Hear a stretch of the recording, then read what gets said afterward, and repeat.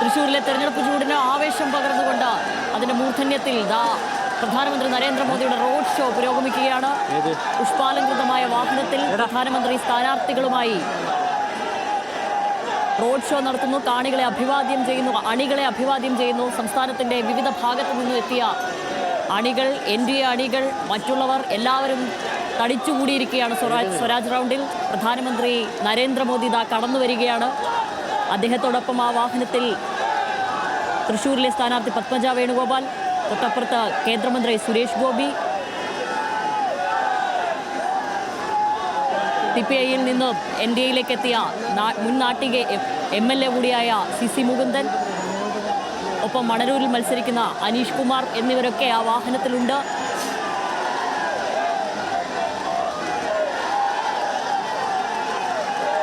വലിയ ആവേശത്തിലാണ് അവിടെയുള്ളവർ മുഴുവൻ എന്ന മുദ്രാവാക്യം വിളികളോടെയാണ് മോദിയെ വരവേൽക്കുന്നത്. പുഷ്പവൃഷ്ടിയും നടത്തുന്നത് നമുക്ക് കാണാം.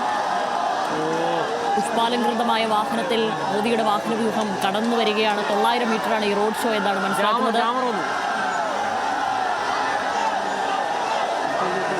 NDA സംബന്ധിച്ച് രാജ്യത്തെ തന്നെ ഏറ്റവും വലിയ, BJP സംബന്ധിച്ച് ഈ രാജ്യത്തിലെ തന്നെ BJPയുടെ ഏറ്റവും സമ്മർദ്ദനായ നേതാവ്, ഏറ്റവും വലിയ ക്രൗഡ് പുള്ളർ കേരളത്തിലെ ഈ സുപ്രധാന ഇലക്ഷൻ സമയത്ത് കേരളത്തിലെത്തുകയാണ്. നേരത്തെ പാലക്കാട് എത്തി, അതിനുശേഷമാണ് തൃശ്ശൂരിലെത്തുന്നത്. തീർച്ചയായും തൃശ്ശൂർ വലിയ പ്രതീക്ഷയാണ് ഇത്തവണ BJPക്കുള്ളത്, NDAക്കുള്ളത്.